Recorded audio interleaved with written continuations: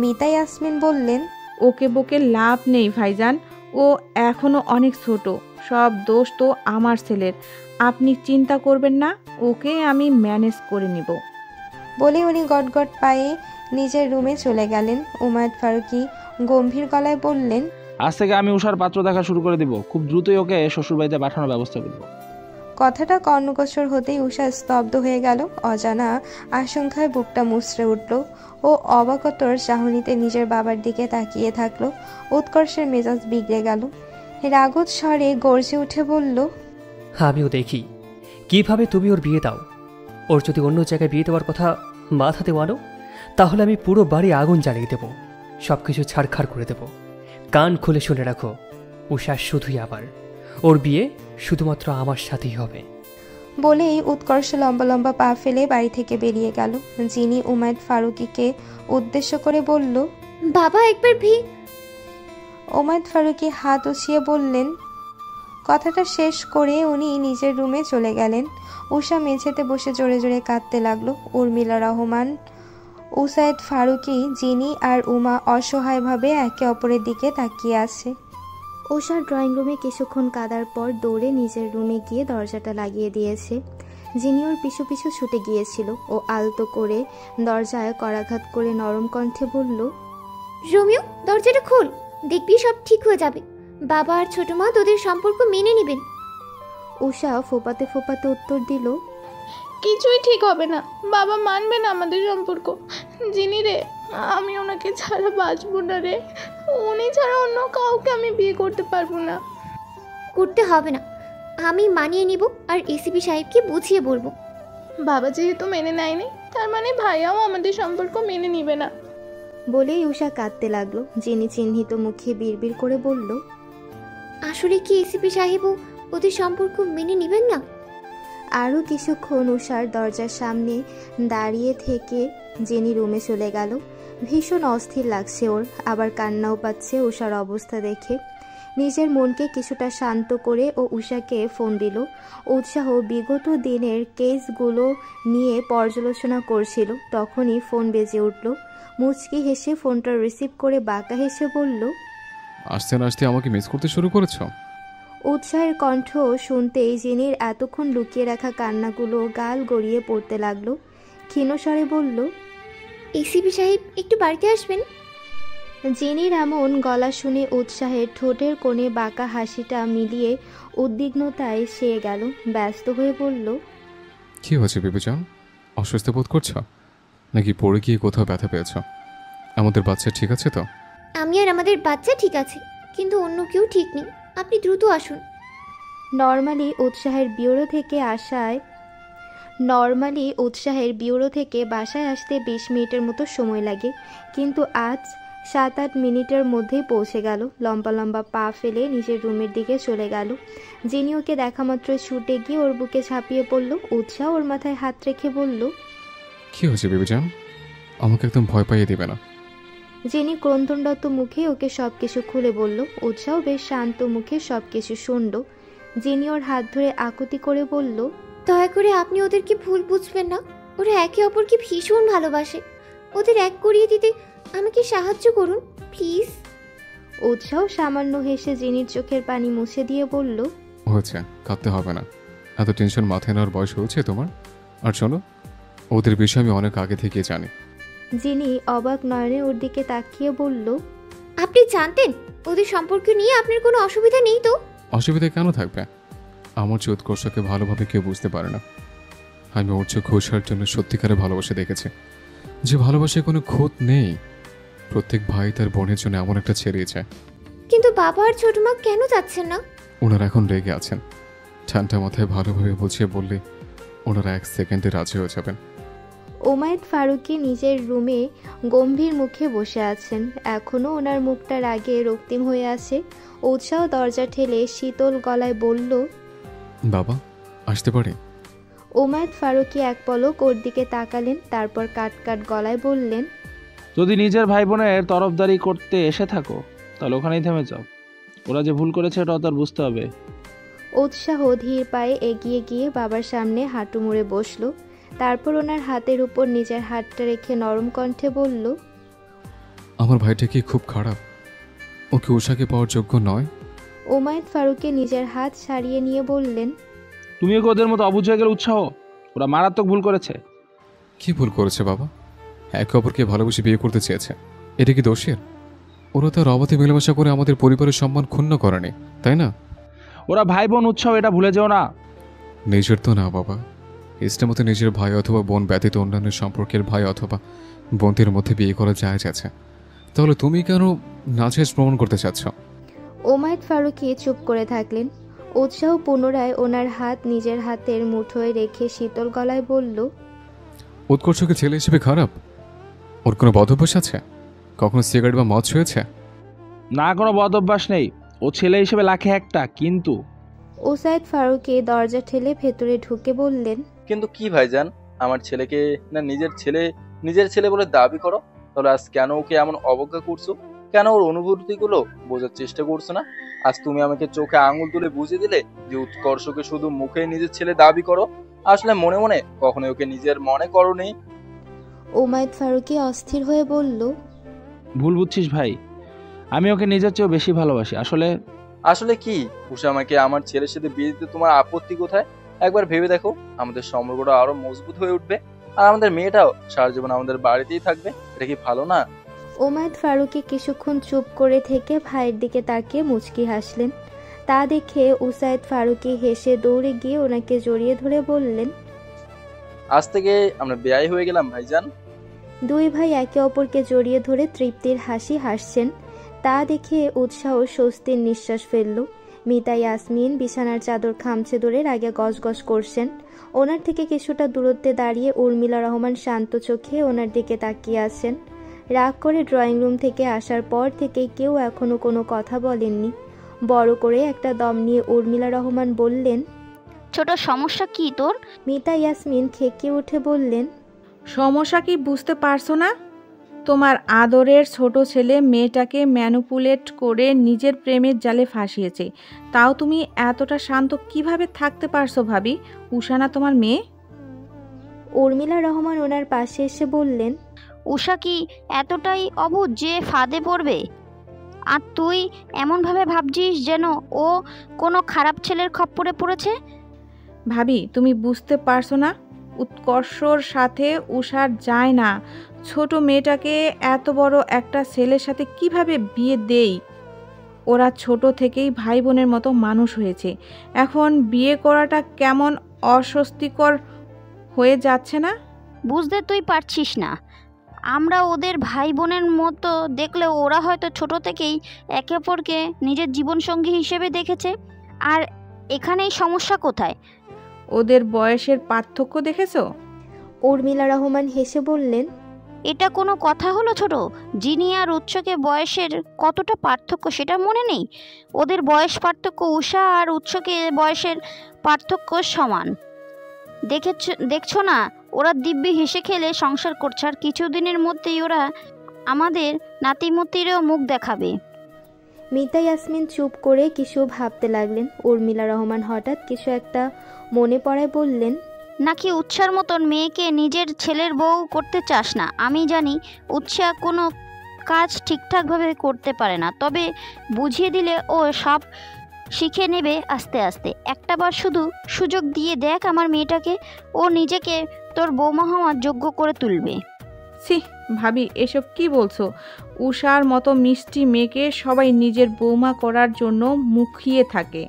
তাহলে তুই কেন চাচ্ছিস না মেয়েটাকে অন্যের ঘরে পাঠিয়ে দেওয়ার চেয়ে একেবারে আজীবনের আটকে রাখতে পারলে আমি একটু শান্তিতে মরতে পারতাম রে ছোট।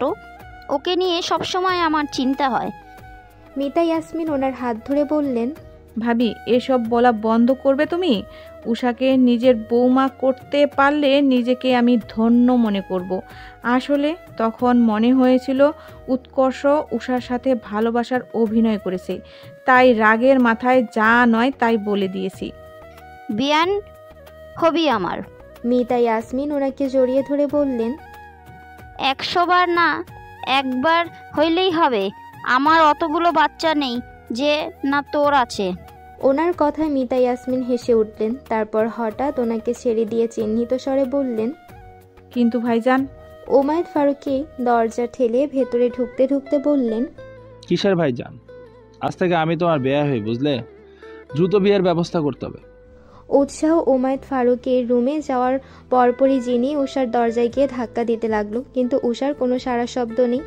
জিনি বারবার ওর নাম ধরে ডাকছে, কিন্তু ও কোনো জবাব দিচ্ছে না। মিতা ইয়াসমিন জিনির পাশে গিয়ে দাঁড়ালেন, তারপর গম্ভীর গলায় বললেন, উষা, দরজা খুলে বাইরে আসো। জিনি আর চোখে ওনার দিকে তাকিয়ে টেনশনে আঙ্গুল ফুটাতে লাগলো। মিতা ইয়াসমিন ডাকার 1 মিনিটের মাথায় উষা এসে দরজা খুলে দিল। কান্না করার ফলে ওর চোখ মুখ লাল হয়ে ফুলে গেছে। মিতা ইয়াসমিন এখনও গম্ভীর মুখে ওর দিকে তাকিয়ে আছেন। উষা মাথা নিচু করে ওনার সামনে দাঁড়িয়ে আছে। মিতা ইয়াসমিন গাম্ভীর্য নিয়ে বললেন, বেনারসি না লেহেঙ্গা পরতে চাও বিয়েতে? উষা এবার মিতা ইয়াসমিনের হাত ধরে কাঁদতে কাঁদতে বলল, আমি বিয়ে করব না ছোট মা, তুমি বাবাকে বলে বিয়ে ক্যান্সেল করে দাও। আমার ছেলেকে বিয়ে করবে না কেন? কি কমতি রয়েছে ওর মধ্যে? জিনি আর উষা হতভম্ব চোখে ওনার দিকে তাকালেন। উষা অবাক হয়ে বলল, মানে? মিতা ইয়াসমিন গাম্ভীর্যতার খোলস থেকে বেরিয়ে হেসে উঠে বললেন, মানে তোমাদের সম্পর্ক আমরা মেনে নিয়েছি, খুব শীঘ্রই তোমাদের 4 হাত এক করে দেওয়ার পায়তারা করছি। জিনি বুকে ফু দিয়ে বলল, ছোট মা, এইভাবে কেউ ভয় দেখায়? আমার তো আত্মা শুকিয়ে এতটুকু হয়ে গিয়েছিল। আসলে শাশুড়ি হওয়ার একটু ফিল নিচ্ছিলাম, দেখলাম ডাইনি শাশুড়ি হলে কেমন লাগে। মিতা ইয়াসমিন হাসি থামিয়ে বললেন, এবার বলো, কি পড়তে চাও বিয়েতে? শপিং করতে হবে না? তারপর উষার দিকে তাকিয়ে বলল, তোমার যেভাবে নিজের বৌমাকে সাজাতে মন চায় ঠিক সেভাবেই সাজাও। আচ্ছা, তাহলে বেনারসি পরিয়ে তোমাকে নিজের বৌমা হিসেবে স্বীকৃতি দিব। সবাই ড্রয়িং রুমে বসে বিয়ে নিয়ে বিস্তর সলা পরামর্শ করছে। উৎসাহ আশেপাশে এক নজর তাকিয়ে বলল, তা যাদের নিয়ে এত আলোচনা, তার মধ্যকার আছেন কোথায়? ওমায়েদ ফারুকি উর্মিলা রহমানের সাথে কিছু কথা বলছিলেন। উৎসাহের প্রশ্নটা কানে যেতেই উনি কণ্ঠটা গম্ভীর করে বলল, দেখো, হয়তো কেরোসিন কিনতে গেছে। হুমকি দিয়ে গেল না, পুরো বাড়ি কেরোসিন দিয়ে জ্বালিয়ে দিবে। সেটার জন্য তো অল্প কেরোসিনে কাজ হবে না। আমাদের বাড়িটা তো বিশাল, তাই হয়তো ট্রাক ভরে কেরোসিন আনতে গেছে। আবার সব কিছু ছাড়কার করে দেওয়ার হুমকিও তো দিয়ে গেছে। তার জন্য হয়তো পারমাণবিক বোমা টোমাও কিনতে গেছে। গম্ভীর মুখে ওনার এমন কৌতুকময় কথা শুনে সকলে হেসে ফেলল। হাসতে হাসতে মিতা ইয়াসমিন বললেন, এইসব বলে হুমকি দিয়ে গিয়েছিল? তার বলছি কি, তোমার ছেলের দারুণ তেজ। যাই, ওটাকে গিয়ে ধরে নিয়ে আসি, নয়তো অযথা ভুল জায়গায় টাকা পয়সা খরচ করে আসবে। বলেই উনি দরজা দিয়ে বাইরে চলে গেলেন। ওনার যাওয়ার দিকে তাকিয়ে সবাই আরেক দফা হেসে নিল। উষা হাসি থামিয়ে বিড়বিড় করে বলল, টমেটো সস, আজ থেকে আপনি আমার পার্মানেন্ট ব্যক্তিগত পুরুষ। উৎকর্ষ রাগের মাথায় গাড়ি না নিয়েই বেরিয়েছে। উদ্দেশ্যহীনভাবে রাস্তার সাইড দিয়ে উদ্ভ্রান্তের ন্যায় এলোমেলো পায়ে হেঁটে চলেছে। ওর মাথা চিন্তায় ফেটে যাচ্ছে, সবাইকে কিভাবে রাজি করাবে। উষাকে যদি অন্য কোথাও বিয়ে দেওয়ার চেষ্টা করে তখন কি হবে? ওকে ইমোশনাল ব্ল্যাকমেল করে যদি বিয়েতে রাজি করিয়ে অন্য ছেলের সাথে মিলিয়ে দেয় তখন কি হবে?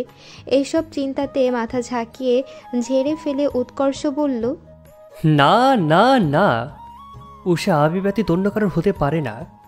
ওকে আমি ব্যতীত অন্য কেউ স্পর্শ করলে আমি তার শরীরটাকে ছিন্ন ভিন্ন করে দেব। উষা শুধু আবার যে করেই হোক ওকে আমি বিয়ে করেই ছাড়ব, কেউ সেটা আটকাতে পারবে না। এসব ভাবতে ভাবতে কখন যে উৎকর্ষ রাস্তার মাঝে চলে গেছে সেটাও উপলব্ধি করতে পারেনি। পেছন থেকে একটা মালবাহী ট্রাক সামনে হর্ন বাজিয়ে চলেছে, কিন্তু ওর কানে সেসবের কিছুই পৌঁছাচ্ছে না। ও এখন নিজের প্রেয়সীর চিন্তায় বিভোর হয়ে আছে। ট্রাকটা উৎকর্ষকে ধাক্কা দিতে যাবে, এমন সময় একটা বলিষ্ঠ হাত ওকে টেনে ট্রাকের সামনে থেকে সরিয়ে আনলো। ট্রাক ড্রাইভার পাশ কাটিয়ে যাওয়ার সময় মুখ বের করে বলল, গাঞ্জা খেয়ে রাস্তায় বের হয়েছিলি নাকি রে গাধা? দরকার পড়লে কুত্তার সাথে গিয়ে ধাক্কা খেতি, আমার গাড়ির সামনে এসেছিলি কেন? কথাগুলো বলতে বলতে ড্রাইভার ট্রাক নিয়ে দৃষ্টি সীমানার বাইরে চলে গেল। উৎকর্ষের মাথায় কিছুই ঢুকছে না। ওমায়েদ ফারুকি ওকে ঝাঁকি দিয়ে বললেন, মাথা খারাপ হয়েছে তোমার? আমি যথাসময় না আসলে তো এতক্ষণে ট্রাকের নিচে ভর্তা হয়ে যেতে। এইসব কথাকে পাত্তা না দিয়ে উৎকর্ষ ওনার হাত ধরে করুণ কণ্ঠে বলল, বড় বাবা, আমি তোমার মেয়েটাকে চাই, ওকে আমার সাথে বিয়ে দাও প্লিজ। কথা দিচ্ছি জীবনে ওকে কখনো কোনো দুঃখ পেতে দেবো না। একটা বার আমাকে বিশ্বাস করে উষাকে আমার হাতে তুলে দাও। ওমায়েদ ফারুকী হেসে বললেন, বিয়ে করানোর জন্যই তো তোমাকে নিতে এসেছি। উৎকর্ষ অবিশ্বাস্য চাহনিতে ওনার দিকে তাকিয়ে থেকে বললেন, সত্যি বলছো? আমাকে কখনো মিথ্যা বলতে দেখেছো? উৎকর্ষের মন খারাপেরা মুহূর্তের মাঝে হারিয়ে গিয়ে মুখে অমায়িক হাসি ফুটে উঠল। রাত জেগে সবাই বেশ সিরিয়াস হয়ে বিয়ে নিয়ে আলোচনা করছে। উষা গালে হাত দিয়ে এক কোণে বসে কোনো গম্ভীর চিন্তায় মগ্ন হয়ে আছে। রাত জেগেই সবাই বেশ সিরিয়াস হয়ে বিয়ে নিয়ে আলোচনা করছে। উষা গালে হাত দিয়ে এক কোণে বসে কোনো গভীর চিন্তায় মগ্ন হয়ে আছে। উৎকর্ষ ফ্রেশ হয়ে ড্রয়িং রুমে আসলো। কিছুক্ষণ আগেই উমায়েদ ফারুকী ওকে বাসায় নিয়ে এসেছে। বাড়ি থেকে বেরিয়ে যাওয়ার পর থেকে এখন উষার সাথে ওর কোনো কথা হয়নি। ওকে চিন্তায় নিমগ্ন থাকতে দেখে উৎকর্ষ ভ্রু কুঁচকে ওর পাশে গিয়ে বসে পড়ল। তারপর মাথায় আলতো করে চাপড় মেরে বলল, আমাকে বিয়ে না করার পায়তারা করছিস নাকি? যদি করে থাকিস তাহলে বলে রাখছি, বিয়ে তোকে আমাকেই করতে হবে। দরকার পড়লে গুলি তোর মাথায় ঢেকে জোর করে হলেও কবুল বলাবো। উষা বিরক্তিতে চকারান্ত উচ্চারণ করে বলল, ধর, আপনাকে যদি বিয়ে নাই করতে চাইতাম তাহলে বাবার মুখের ওপর কথা বলার সাহস দেখাতাম না। উৎকর্ষ বাঁকা হেসে বলল, তাহলে কি আমাদের বাসরাতের কথা ভাবছিস? উষা লজ্জায় রাঙা হয়ে গেল, কিন্তু জোর গলায় বলল, ছি, নির্লজ্জ ছেলে, চুপ করুন, আমি অন্য কিছু ভাবতেছিলাম। উৎকর্ষ হাসি মুখেই বলল, কি সেই মহান চিন্তা? নতুন সদস্য আমাকে কি বলে ডাকবে? খালামণি, ফুপুমণি, নাকি ছোট মা? জিনের হিসেবে দেখলে আমি ছোট বাবুর খালামণি, ভাইয়ার হিসেবে দেখলে আমি ফুপুমণি, আর আপনার হিসেবে দেখলে আমি ছোট বাবুর ছোট মা। ওই ভোলাবালা নিষ্পাপ বাচ্চাটা আমাকে কি বলে ডাকবে? উৎকর্ষ গম্ভীর মুখে উষার দিকে তাকিয়ে দাঁতে দাঁত চেপে বলল, গাধার থেকে এর চেয়ে বেশি আর কি বা আশা করেছিলাম? গাধা তো গাধামো চিন্তাই করবে। উষা তেতে উঠে বলল, খবরদার, আমাকে গাধা বলবেন না। এটা কি লেভেলের চিন্তার বিষয় ভাবতে পারছেন? আমার তো বাচ্চাটার কথা ভেবে এক্ষুনি হাত পা ঠান্ডা হয়ে যাচ্ছে। উৎকর্ষ ওর মাথায় একটা থাপ্পড় মেরে বলল, তোর আচারের চিন্তা বাদ দিয়ে আমার কথাটাকে শোন। অনেকদিন থেকেই বিষয়টাকে ভাবছিলাম। উষা মাথায় হাত বোলাতে বোলাতে বলল, কি ভাবতেছিলেন? দেখ, ভাই আর পিচ্চি ভাবির বিয়েটা এখনো ভালো মতো হয়নি। যদিও পরবর্তীতে অনুষ্ঠান করার কোনো কথা সবাই ভেবেছিল, কিন্তু বিভিন্ন ঘটনার ব্যস্ততায় সবাই সেটা ভুলে গেছে। উৎকর্ষের কথার মাঝে উষা বলে উঠল, হ্যাঁ, ঠিক বলেছেন। যিনি মুখে কিছু না বললেও নিজের বিয়ে নিয়ে সর্বদাই অনেক এক্সাইটেড ছিল, কিন্তু পরিস্থিতির চাপে পড়ে যেভাবে বিয়ে হলো ওটাকে ঠিক বিয়ে বলা চলে না। তাই ভাবছি আমাদের বিয়ের সাথে সাথে ভাই আর পিচ্চি ভাবির বিয়েটাকেও করিয়ে দিই, কি বলিস? উষা চোখ বড় বড় করে উৎকর্ষের দিকে তাকিয়ে মুখ বেঁকিয়ে হাততালি দিতে দিতে বলতে লাগলো, এত ট্যালেন্ট, এত বুদ্ধি, এসব নিয়ে আপনি ঘুমান কিভাবে? কোনো অসুবিধা হয় না? উৎকর্ষ ওর পাশ থেকে উঠে আশেপাশে এক নজর তাকালো, তারপর উষার দিকে একটু ঝুঁকে গিয়ে ঘোর লাগানো কণ্ঠে বলল, এসব আমাকে ভাবতে দে, তুই শুধু বাসুরাতের কথায় ভাব। আমি কিন্তু কোনো দয়া মায়া দেখাবো না সেদিন। বলেই উৎকর্ষকে চোখ মেরে পরিবারের বাকি সদস্যরা যেখানে বসে খুশ গল্প করছে সেখানে চলে গেল। ওদিকে উষা আসন্ন রাতের কথা ভেবে ভয়ে জমে গেল। সবাই মিলে ঠিক করেছে আগামী মাসে ওদের বিয়ে সম্পন্ন করে দেওয়া হবে। আর 1 মাসেরও কম সময় অবশিষ্ট থাকায় আজ থেকেই সবাই বিয়ের কেনাকাটা, আত্মীয় স্বজন ইত্যাদির লিস্ট করা শুরু করে দিয়েছে। উৎকর্ষ সবার দিকে এক পলক তাকিয়ে গলা খাকারি দিল তাদের মনোযোগ আকর্ষণ করার জন্য। সবাই ওর দিকে জিজ্ঞাসু দৃষ্টিতে তাকালো। উৎকর্ষ হাত উঁচিয়ে বলল, আমার কাছে একটা প্রস্তাব ছিল। ওমায়েদ ফারুকী বললেন, কি প্রস্তাব? কালকের মধ্যে বিয়ে করতে চাচ্ছ নাকি? উৎকর্ষ মনে মনে বলল, কালকে বিয়ে দিয়ে দিলে আমি মাইন্ড করব না, কিন্তু মুখে বলল, না, ভাই আর পিচ্চি ভাবির বিয়ের অনুষ্ঠান তো এখনো হয়নি। তাই ভাবছি আমাদের বিয়ের সাথে যদি ওদের বিয়েটাকে দিয়ে দেওয়া হয় তাহলে খরচটাও বেঁচে যাবে। এক খরচে ডাবল বিয়ে, কি বলো? সবাই কয়েক সেকেন্ড উৎকর্ষের দিকে চুপচাপ তাকিয়ে থাকলো, তারপর উচ্ছ্বাসিত হয়ে বলল, ব্রিলিয়ান্ট আইডিয়া। এত সুন্দর পরিকল্পনাটা আমাদের মাথায় কেন আসলো না? উৎকর্ষ বিড়বিড় করে বলল, কারণ তোমরা উৎকর্ষ আর ফারুকী নও। সবাই এবার দ্বিগুণ উদ্যমের সাথে বিভিন্ন পরিকল্পনা করতে লাগলো। একসাথে দুটো বিয়ে তো চারটিখানি কথা না। যিনি বিয়ের কথা শোনার পর থেকেই লজ্জায় মাথা নিচু করে বসে আছে। উৎসাহ সকলের অগোচরে জেনির পাশে গিয়ে বসলো। তারপর ওর হাতের উপর হাত রেখে বলল, আমার ভাগ্য দেখেছো বিবেচন? দুবার তোমাকে বিয়ে করার সৌভাগ্য হয়েছে আমার। প্রথমবার আমি ভেতরে ভেতরে প্রচণ্ড খুশি হয়ে কবুল বলেছিলাম, কারণ তোমাকেই তো নিজের বউ করার স্বপ্ন দেখেছিলাম। যিনি অবাক হয়ে বলল, কিভাবে সম্ভব? আপনার সাথে তো আমার বিরূপ পরিবেশে প্রথমবারের মতো দেখা হয়েছিল। তার অনেক আগে থেকে আমি তোমাকে চিনি অপরিচিতা। মনে আছে একবার কলেজের সামনে একটা লোকের সাথে ধাক্কা খেয়েছিলে? যিনি মাথায় জোর দিয়ে চিন্তা করতে লাগলো। তারপর বলল, হ্যাঁ মনে পড়েছে। আইসক্রিম কিনতে বাইরে এসেছিলাম, তখনই ক্লাসের বেল দিয়ে দিয়েছিল, তাই তাড়াহুড়ো করে কলেজে ঢোকার সময় একজনের সাথে ধাক্কা লেগেছিল। সময়ের অভাবে ওনাকে ঠিকমতো সরি বলতে পারিনি। তাহলে আজ বলো না অপরিচিতা, কারণ ওই লোকটা আমি ছিলাম। যিনি অবিশ্বাস্য চাহনিতে উৎসাহের দিকে তাকালো। উৎসাহ মুচকি হেসে বলল, প্রথম দেখাতে আমি তোমার প্রেমে পড়ে গিয়েছিলাম, যাকে বলে লাভ এট ফার্স্ট সাইট। ডুবে গিয়েছিলাম তোমার মায়ায়। আমার সে অপরিচিতা এখন আমার বিবেচন। যিনি পলক্ষীর নজরে উৎসাহের দিকে তাকিয়ে আছে। উৎকর্ষ উৎসাহকে ডাকায় ও জিনির পাশ থেকে উঠে ওর কাছে চলে গেল। ও চলে গেলেও যিনি এখনও ওর দিকে মুগ্ধ নয়নে তাকিয়ে আছে। অস্ফুট স্বরে বলল, ভালোবাসি এসপি সাহেব। বিয়ের জন্য যিনি আর উষাকে একই ডিজাইনের একই কালারের বেনারসি কিনে দেওয়া হয়েছে। দুজনই খয়েরি রঙের বেনারসি কিনেছে। ওদের সাথে মিল রেখে উৎসাহ আর উৎকর্ষ খয়েরি রঙের শেরওয়ানি কিনে দেওয়া হয়েছে।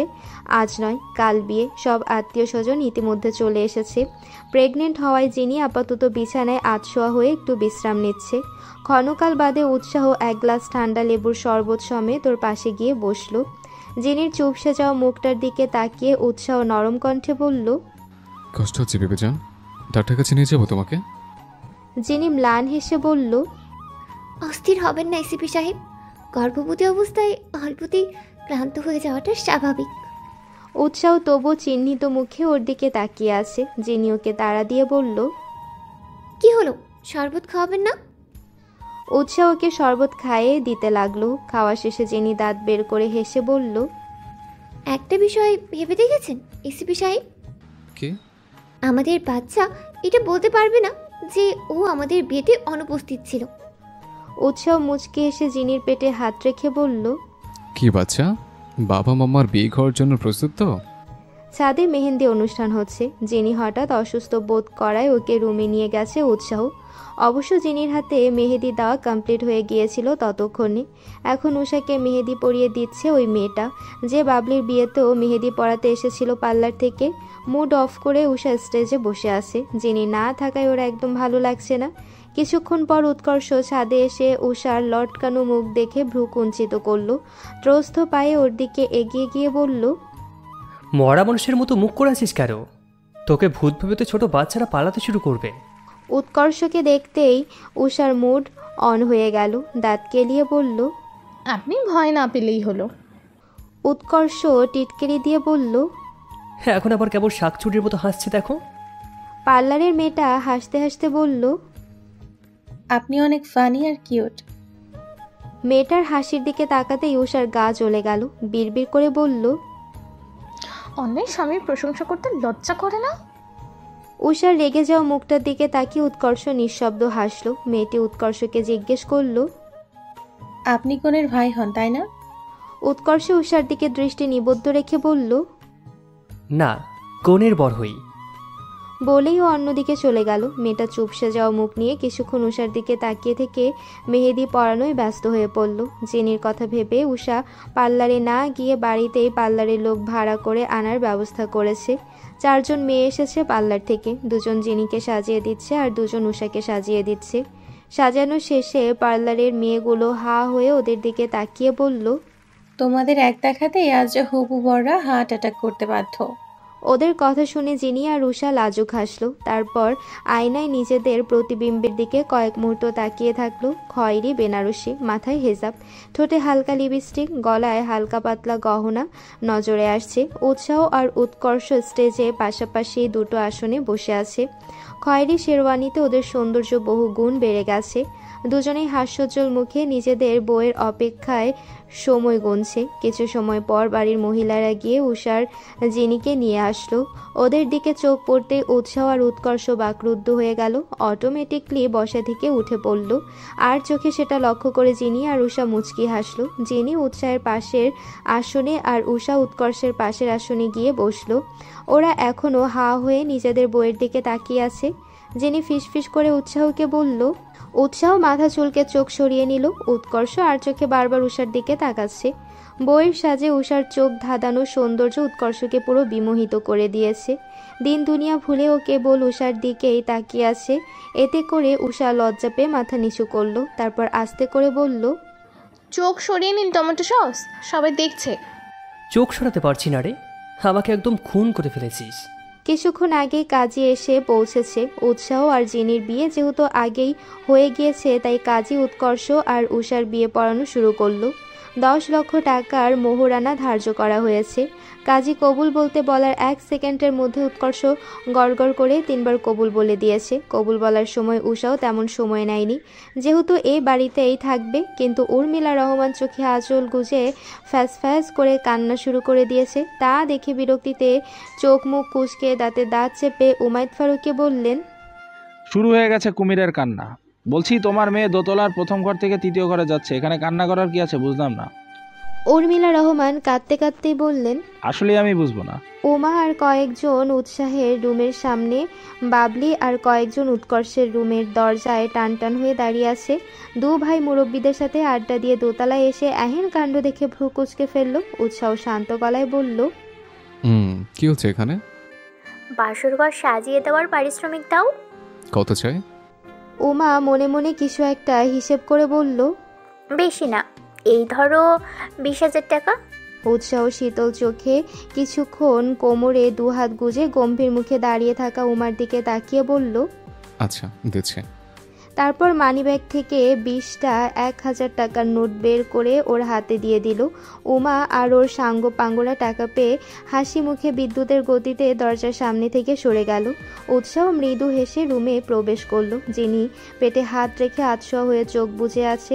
উৎসাহ ধীর পায়ে ওর পাশে গিয়ে শুয়ে পড়ল। তারপর ওর পেটে হাত রেখে ঘাড়ে চুমু খেয়ে বলল, বিবিজান, ক্লান্ত লাগছে? যিনি ক্ষীণস্বরে বলল, আজকে অনেক ধকল গেছে তোমার উপর দিয়ে, তাই দ্রুত ঘুমিয়ে পড়ো। দুজনে একে অপরকে জড়িয়ে ধরে শুয়ে থাকলো। কিছুক্ষণের মধ্যেই ঘুমেরা এসে আসর জমালো। ফলশ্রুতিতে দুজনেই ঘুমের রাজ্যে হারিয়ে গেল। 20,000 টাকা মধ্যরাতে ডাকাতি করতে পেরিয়েছিস? বাবলি ভ্রুকুচকে বলল, এত কিছু তো শুনতে চাই না ভাইয়া, তাড়াতাড়ি টাকা দাও, নয়তো ভেতরে যেতে দিব না। উৎকর্ষ মাছি দাঁড়ানোর মতো করে বলল, 20,000 টাকা মধ্যরাতে ডাকাতি করতে পেরিয়েছিস? দেব না, দেখি কি করতে পারিস। এত কিপটা কেন তুমি? কিপটা না, বল সাহস্রী। বিয়ে করেছি, এখন হিসেব করে চলতে হবে। এত কিছু জানি না, তুমি টাকা দিলে ঢুকতে দিব, না দিলে বোঝারে থাকো আজকে। উৎকর্ষ বেলকুনির দিকে তাকিয়ে ভ্রু কুঁচকে অবগতর কণ্ঠে চেঁচিয়ে উঠে বলল, ওটা কি ইউএফও মনে হচ্ছে? সবাই বেশ কৌতূহল নিয়ে দরজা থেকে সরে গিয়ে বেলকনির দিকে চোখ সরু করে তাকালো। বাবলি আকাশের দিকে চোখ রেখেই বলল, কোথায় ভাইয়া? উৎকর্ষ ততক্ষণে দরজা খুলে রুমে ঢুকে গেছে। বাবলি পেছনে ঘুরে পরিস্থিতি বুঝে রাগৎস্বরে বলল, এটা ঠিক করলেন না ভাইয়া, আজকেই তো শুধু চেয়েছিলাম, এভাবে ধোকা দিতে পারলে? উৎকর্ষ রুম থেকে হেসে হেসে বলল, কালকে দিয়ে দেব, এখন গিয়ে ঘুমা। সবার মনে একটু আশার আলো জাগলো। তারপর ওরা ঘুমোতে চলে গেল। উষা উৎকর্ষের রুমে এসে নানান জাতের রং বেরঙের ফুল দিয়ে সাজানো বিছানায় বসার পর থেকেই বুক ভরে নিঃশ্বাস নিয়ে নিজেকে শান্ত করার চেষ্টা করছিল। নিজেকে স্বাভাবিক করতে কিছুটা সফল হয়েছিল, কিন্তু উৎকর্ষকে রুমে প্রবেশ করতে দেখেই আবার বুকের ধুকপুকানি শুরু হয়ে গেল ওর। উৎকর্ষ মাথার পাগড়িটা খুলে বেডসাইড টেবিলে রেখে দিল। উষা নিজেকে যতটা সম্ভব গুটিয়ে নিয়ে মাথা নিচু করে বসে থাকলো। উৎকর্ষ আর চোখে ওর দিকে এক নজর তাকিয়ে সামান্য হেসে বলল, অজু আছে? উষা অত্যন্ত ক্ষীণস্বরে বলল, জি। তাহলে নফল নামাজ আদায় করা যাক। দুজনে নামাজ আদায় করে জায়নামাজ গুছিয়ে রাখলো। উষা পুনরায় বিছানার এক কোণায় গিয়ে জড়সড় হয়ে বসে পড়ল। উৎকর্ষ আস্তে করে ওর সম্মুখে গিয়ে বসে বলল, প্রেয়সী, আমার দিকে তাকাও। উষা অবাক হয়ে ওর দিকে তাকিয়ে বলল, আমাকে তুমি করে বলছেন? বউকে তুই বলে ডাকবো? আমি কি তোর মতো বেয়াক্কেল? উষা হেসে উঠে বলল, আবার তো তুই বললেন। উৎকর্ষ ঘোর লাগা দৃষ্টিতে ওর হাসির দিকে নির্বিশেষ তাকিয়ে থাকলো। ওর এমন দৃষ্টি দেখে উষার আত্মা শুকিয়ে গেল। হাসি থামিয়ে পুনরায় মাথা নিচু করে ফেলল। উৎকর্ষর থুতনি ধরে মুখটা তুলে বলল, প্রেয়সী, আজ একটু নিয়ন্ত্রণহীন হতে চাই, বাধা দিও না প্লিজ। বলেই উৎকর্ষ ওষ্ঠের সাথে নিজের ওষ্ঠ মিলিয়ে দিয়ে গভীরভাবে চুম্বন করতে লাগলো। উৎকর্ষের শক্তির সাথে পেরে না উঠে উষা বিছানায় পড়ে গেল। উৎকর্ষ ঠোঁট ছেড়ে এবার ঘাড়ে চুমু খেতে লাগলো। এতদিন নিজের অনুভূতিগুলো লুকিয়ে রাখা উৎকর্ষ আজ ভীষণ ধৈর্যহারা হয়ে পড়েছে নিজের প্রেয়সীকে কাছে পেয়ে। সকালের মিষ্টি রোদ চোখে মুখে এসে পড়তেই উষার ঘুম ভেঙে গেল। আলতো করে চোখ খুলে ভালোভাবে আশেপাশে তাকাতেই দেখতে পেল উৎকর্ষর বুকের সাথে লেপ্টে আছে। উষা ওর মাথায় হাত বুলিয়ে দিল। পর মুহূর্তে রাতের কথা মনে হতেই লজ্জায় লাল হয়ে গেল। উৎকর্ষকে আস্তে করে নিজের থেকে ছাড়িয়ে উষা বাথরুমে চলে গেল ফ্রেশ হওয়ার জন্য। কিছুক্ষণ পর কমলা রঙের একটা সুতির কাপড় পরে বেরিয়ে আসলো। উৎকর্ষ ঘুম জড়ানো কণ্ঠে বলল, সকাল সকাল কোথায় যাচ্ছ উষা? আপনার মুখে তুমি ডাকটা ভীষণ অদ্ভুত লাগে। উৎকর্ষ বিছানায় উঠে বসে বলল, অদ্ভুত তো লাগবেই, ভালো কিছু তো তোমার সহ্য হয় না। এতক্ষণ উৎকর্ষ ঘুম ঘুম চোখে কথা বলছিল। চোখ ডলে ভালোভাবে উষার দিকে তাকাতে ওর কথা বন্ধ হয়ে গেল। এক দৃষ্টিতে নিজের সদ্য একদিনের বিবাহিতা স্ত্রীকে দেখতে লাগলো। ওকে এভাবে তাকাতে দেখে উষা লজ্জায় অন্যমুখ হলো। উদম গায়ে উৎকর্ষ গিয়ে ওকে পেছন থেকে জড়িয়ে ধরল। ওর সুগন্ধিময় চুলে কিছুক্ষণ মুখ ডুবিয়ে রেখে উৎকর্ষ ওকে নিজের সম্মুখে আনলো। তারপর ওষ্ঠপুটে চুম্বন করতে লাগলো। উৎসাহ জিনির মাথা আশ্রিয়ে দিচ্ছে পরম যত্নে। যিনি আয়নায় ওর প্রতিবিম্বের দিকে হাসি মুখে তাকিয়ে আছে। এমন সময় উৎকর্ষ এসে দরজায় নক করলো। যিনি মাথায় ঘোমটাটা দিল আর উৎসাহ উৎকর্ষের সাথে নিচে চলে গেল। ওরা যাওয়ার কয়েক মিনিটের মধ্যে উষা জিনির কাছে চলে আসলো। একে অপরের দিকে তাকিয়ে দুজনেই মুচকি হাসলো। উষা গিয়ে বিছানায় বসে পড়ল। জিনি পেটে হাত রেখে কাছে যেতেই ওর ভ্রু কুঁচকে গেল। তারপর মুচকি হেসে বলল, রোমিও, তোমার অবস্থা দেখতেছি পুরাই কাহিল। উষা অবাক হয়ে বলল, কি বলছিস? কি হয়েছে আমার? তো সারা শরীরে দেখছি ছোট ছোট ক্ষতের চিহ্ন। হুম। উষা ভীষণ লজ্জা পেয়ে শাড়ির আঁচলটা দিয়ে নিজেকে আরো ভালোভাবে ঢেকে নিল। তা দেখে যিনি মুখে হাত চেপে হাসতে লাগলো। বিয়ে হওয়ার 1 সপ্তাহ পার হয়ে গেছে। সবাই ডাইনিং টেবিলে বসে চুপচাপ খাচ্ছে। উর্মিলা রহমান উমায়েত ফারুকে চিমটি কেটে চোখ দিয়ে কিছু একটা ইশারা করলেন।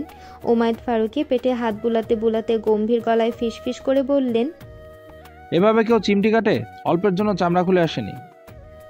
উর্মিলা রহমান দাঁত বের করে বললেন, দুঃখিত, বুঝতে পারিনি। উমায়েত ফারুকি গম্ভীর মুখে ওনার দিকে কিছুক্ষণ তাকিয়ে থেকে চোখ ঘুরিয়ে নিলেন। তারপর গলা খাকারি দিয়ে সবার মনোযোগ আকর্ষণ করার চেষ্টা করলেন। সবাই কৌতূহলী দৃষ্টিতে ওনার দিকে তাকালো। উমায়েত ফারুকি বলে উঠলেন, আমরা বড়রা সিদ্ধান্ত নিয়েছি যে তোমরা 2 জুটি কিছুদিনের জন্য বাইরে থেকে ঘুরে আসবে, যেমন ধরো কক্সবাজার। কথাটা শুনে উষা আর যিনি উচ্ছ্বাসিত হয়ে উঠল। উমা মুখ ভার করে বলল, শুধু ওরা কেন, আমিও যাব। উমায়েত ফারুকি নরম কণ্ঠে বললেন, মামনি, এবার তোমার ভাইয়া আর ভাবিরা যাক। পরের বার ছোটবাবু পৃথিবীতে আসার পর পুরো পরিবার মালদ্বীপ ট্যুরে যাব। ওমার লটকানো মুখটা মুহূর্তেই ঝলমলিয়ে উঠল। হাসি মুখে পুনরায় খাবার খেতে শুরু করলো। উমায়েত ফারুকি উৎসাহ আর উৎকর্ষকে উদ্দেশ্য করে বললেন, কি বলো তোমরা, যাবে ঘুরতে? উৎকর্ষ তৎক্ষণাৎ উত্তর দিল, কেন নয়, অবশ্যই যাব। তুমি ফ্লাইটের ব্যবস্থা করো। যিনি একটা ব্যাগে নিজের আর উৎসাহের প্রয়োজনীয় সব জিনিসপত্রগুলো গুছিয়ে নিল। উৎসাহ নেভি ব্লু কালারের একটা শার্ট, সাদা প্যান্ট আর হাতে কালো ঘড়ি পরে বাথরুম থেকে বেরিয়ে আসলো। বোরকা পরিহিত যিনি এক নজর স্বামীর দিকে তাকিয়ে বলল, মাশাআল্লাহ, কারো যেন নজর না লাগে। উৎসাহ ঠোঁটে চুমু খেয়ে বলল, তুমি থাকতে কারো নজর লাগার কথা না, সব গুছিয়ে নিয়েছ? যিনি মুচকি হেসে মাথা উপর নিচ করলো। উৎসাহ ওকে ধরে ধরে নিচে নিয়ে গেল।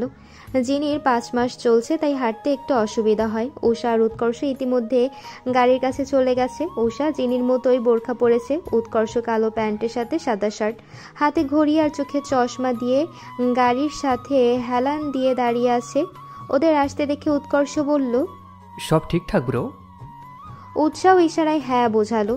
সকলের থেকে বিদায় নিয়ে ওরা এয়ারপোর্টের উদ্দেশ্যে চলে গেল। ওদের নামিয়ে দিয়ে ড্রাইভার গাড়ি নিয়ে বাসায় চলে গেল। সব ফর্মালিটিস কমপ্লিট করে ওরা ফ্লাইটে উঠে পড়ল। একে অপরের থেকে কিছুটা দূরে দূরে ওরা বসেছে, যেন জড়তাহীনভাবে প্রিয় মানুষের সাথে কোয়ালিটি টাইম স্পেন্ড করতে পারে। যিনি উৎসাহের কাঁধে মাথা রেখে চোখ বন্ধ করে আছে। এর আগে কখনো প্লেনে চড়েনি, তাই বেচারি ভয় পেয়ে গেছে। উৎসাহ মুচকে এসে ওর হাতটা শক্ত করে ধরে বলল, আমি আছি তো বিবেচান, ভয় কিসের? উৎকর্ষ আর উষা একে অপরের হাত ধরে চুপচাপ বসে আছে। উৎকর্ষ ওর দিকে তাকিয়ে বলল, প্রেয়সী, ভয় লাগছে? আপনি সাথে থাকলে আমার কোনো কিছুতেই ভয় লাগে না টমেটো সস। দীর্ঘ জার্নির পর ওরা কক্সবাজার এসে পৌঁছালো। একটা ক্যাব ভাড়া করে ওরা নির্দিষ্ট রিসোর্টের উদ্দেশ্যে চলে গেল।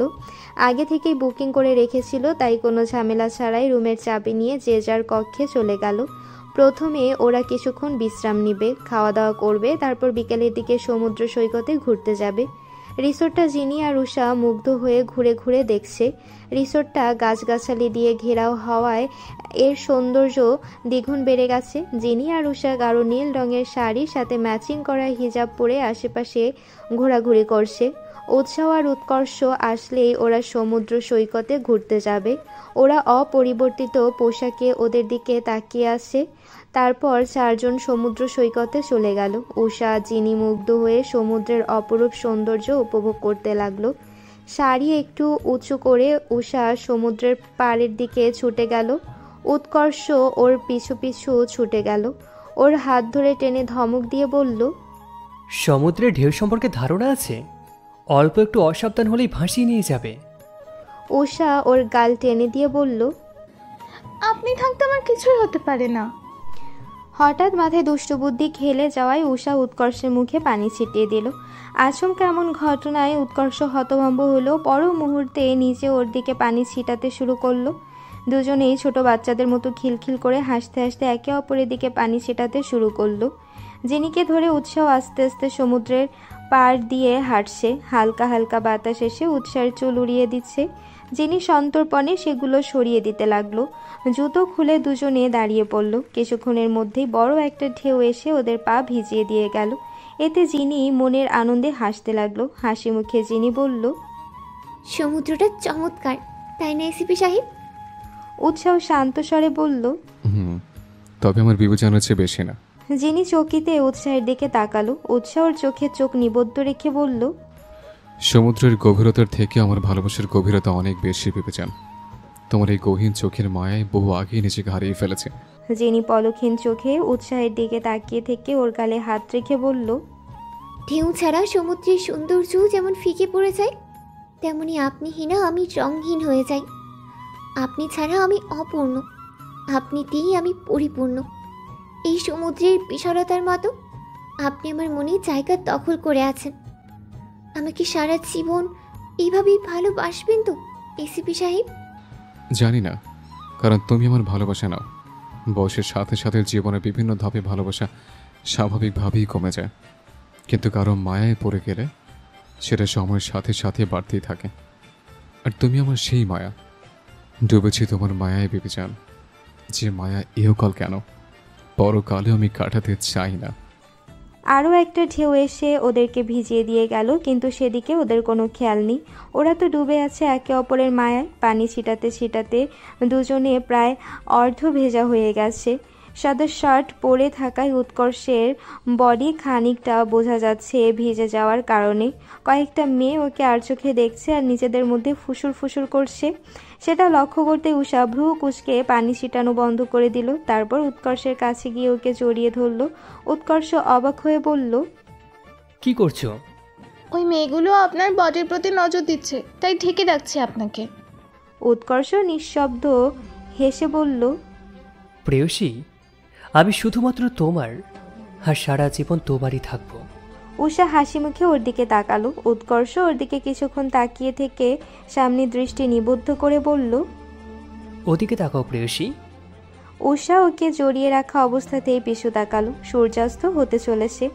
এমনিতে সূর্যাস্তের দৃশ্য অপরূপ সুন্দর, তার উপর সেটা যদি হয় সমুদ্রের পাড়ের সূর্যাস্ত, তাহলে তো আর কথাই নেই। উৎকর্ষ আর উষা মুগ্ধ হয়ে চমৎকার সূর্যাস্ত দেখলো। তারপর উৎকর্ষ বলল, সূর্য যেভাবে সমুদ্রের মাঝখানে ডুবে গেল, আমি ঠিক তেমনই তোমার মায়ায় ডুবে গেছি প্রেয়সী। ভালোবাসি টমেটো সস, সারা জীবন আপনার সাথে সূর্যাস্ত দেখতে চাই। উৎকর্ষ উষাকে জড়িয়ে ধরে সামনে ডুবন্ত সূর্যটার দিকে অনিমেষ তাকিয়ে থাকলো।